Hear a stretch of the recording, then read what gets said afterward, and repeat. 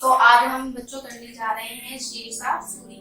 इससे पहले हमने हुमायूं से रिलेटेड वीडियो किया था। अगर आपने अभी तक वो वीडियो नहीं देखा है तो आप चैनल की प्लेलिस्ट में जाकर देख लीजिए। तो आज हमने अपने ये नेक्स्ट जो शासक है शेरशाह सूरी, इनके बारे में पढ़ने जा रहे हैं और इनका शासन समय है 1540 से 1545 ईस्वी का।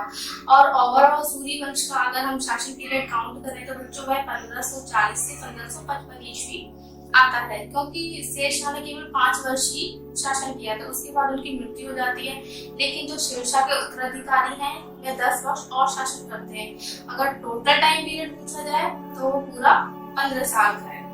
ठीक है, तो उसके बाद शेरशाह ने भी 5 साल शासन पीरियड किया, लेकिन उन्होंने अपने इन 5 साल में इतने अच्छे ढंग से राज किया था। उनमें इतने काबिल थे, इतने चतुर थे, इतने बलवान थे, लीडर थे।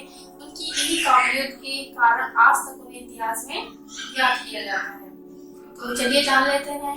तो 1540 ईस्वी में इस अफगान शासक ने हुमायूं को भारत से भगाने पर मजबूर कर दिया था। तो इन्होंने हुमायूं को भारत से बाहर निकालकर भारत में 1540 ईस्वी में सूरवंश की स्थापना की थी और अपना राज्य स्टार्ट किया था। तो इनके बारे में थोड़ा सा शुरू से और जान लेते हैं। तो शेर खां का बचपन का नाम फरीद खां था। इनके पिता हसन खां थे। शेर खां का बचपन जो है सासाराम में ही बीता था, और जो ये सासाराम है बच्चों ये बिहार में है। ठीक है, उसके बाद शेर खां बड़ा होता है तो वह शिक्षा के लिए जौनपुर पहुंचते हैं। जौनपुर में जाकर वह अरबी और फारसी की उच्च शिक्षा प्राप्त करते हैं। और जो ये जौनपुर है उस समय में इस्लामी शिक्षा का मेन केंद्र हुआ करता था, और उस समय जौनपुर को भारत का शिराज कहा जाता था, जो कि जो मुस्लिम लोग हैं उनके लिए बहुत ही महत्व रखता था। अब भाई शेरशाह ने भी अब पढ़ाई कर ली है, तो फिर उसके बाद शेर खां नौकरी के लिए निकलते हैं और पहुंच जाते हैं 1519 ईस्वी में बिहार के राजा बहार खां के पास, जहां पर वह कई वर्षों तक नौकरी करते हैं।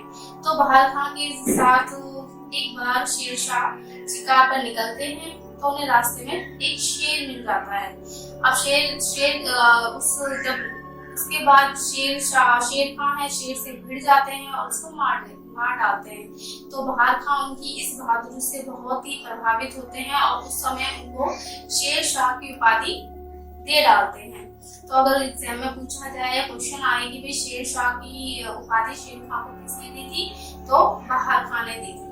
इसके पश्चात जो बहार खां है वह शेर खां को तुरंत ही अपने पुत्र का अध्यापक भी नियुक्त कर देते हैं। उनकी इन बढ़ती उन्नति से जो उनके आसपास के सरदार होते हैं बिहार के, वो उनसे ईर्ष्या करने लगते हैं कि भाई ये बंदा तो बहुत ही राजा के क्लोज होता जा रहा है और बहुत ही आगे बढ़ता जा रहा है। तो वो लोग क्या करते हैं, वो सरदार लोग बहार खां के कान भरने शुरू कर देते हैं, और इससे क्या होता है, बहार खां एक दिन गुस्से में आकर शेर खां को बिहार से निकाल देता है। अब भाई शेर खां को बिहार से निकाल दिया तो शेर खां उससे आगे पहुंचता है आगरा। आगरा में पहुंचता है वह 1527 से 28 ईस्वी के दौरान। वहां जाकर वह बाबर की सेना में भर्ती हो जाता है, क्योंकि उस समय तक पानीपत का पहला युद्ध हो चुका है और बाबर का राज आ गया है आगरा में, तो उसे बाबर की सेना मिलती है, तो वो वहीं जाके भर्ती हो जाता है।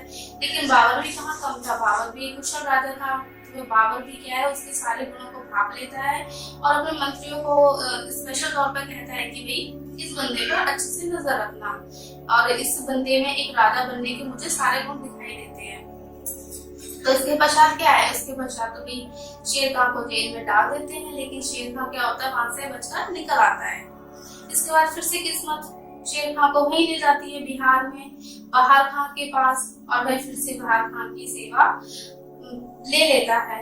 उसके कुछ समय पश्चात बहार खां की मृत्यु हो जाती है, और इसके पश्चात बहार खां की जो बेगम है, जो बीवी है, दूध बीवी, उन्हें 1529 ईस्वी में, उन्हें मतलब शेर खां को 1529 ईस्वी में बिहार का नायक नियुक्त कर देते हैं। इसके बाद जो हमारे शेरशाह हैं जो धीरे धीरे से बिहार के जो शासन प्रबंध पर अपना कब्जा कर लेते हैं और बिहार पर भी अपना अधिकार जमा लेते हैं, और एक बिहार की छोटी सी रियासत के राजा के तौर पर अपना शासन करना शुरू कर देते हैं। बेसिकली अगर बोला जाए कि भाई उसके बाद ये राजा एक सम्राट के तौर पर कैसे हुए, तो मैंने आपको हुमायूं वाले वीडियो में बताया था कि जो हुमायूं है बेफालतू में कि उसकी मूर्खता कह लीजिए कि भाई आके वो इनसे शेर खान से टकरा जाता है और फिर शेर खान कौन से कम थे, उनमें भी सारे गुण थे राजा होने के।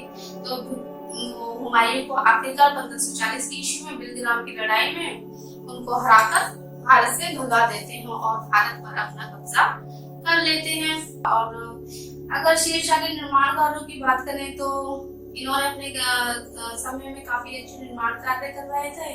सबसे पहली बात देखें तो प्रसिद्ध भवन इन्होंने सासाराम का मकबरा या प्रसिद्ध भवन सासाराम का निर्माण करवाया था। और जो ये सासाराम का जो भवन है इसका कंपैरिजन ना ताजमहल से किया जाता है कि सासाराम का जो भवन है वो ताजमहल से किसी भी कीमत पर थोड़ा बराबर ही लगता है। और जब शेरशाह की मृत्यु हो जाती है तो उनका मकबरा भी या कह लीजिए उनको दफनाया भी नहीं जाता है, तो सासाराम में ही शेरशाह का मकबरा है।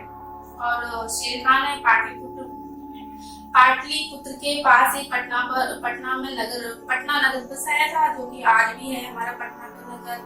और इन्होंने सबसे मेन जीटी रोड का निर्माण करवाया था अपने समय में। और इनके कुछ और सुधार में देखा जाए तो उन्होंने भूमि क्षेत्र में सुधार करवाए थे, सराय बनवाई थी और शिक्षा के क्षेत्र में भी बहुत सारे कार्य किए थे। तो बच्चों ये था पूरा शेरशाह सूरी से रिलेटेड वीडियो।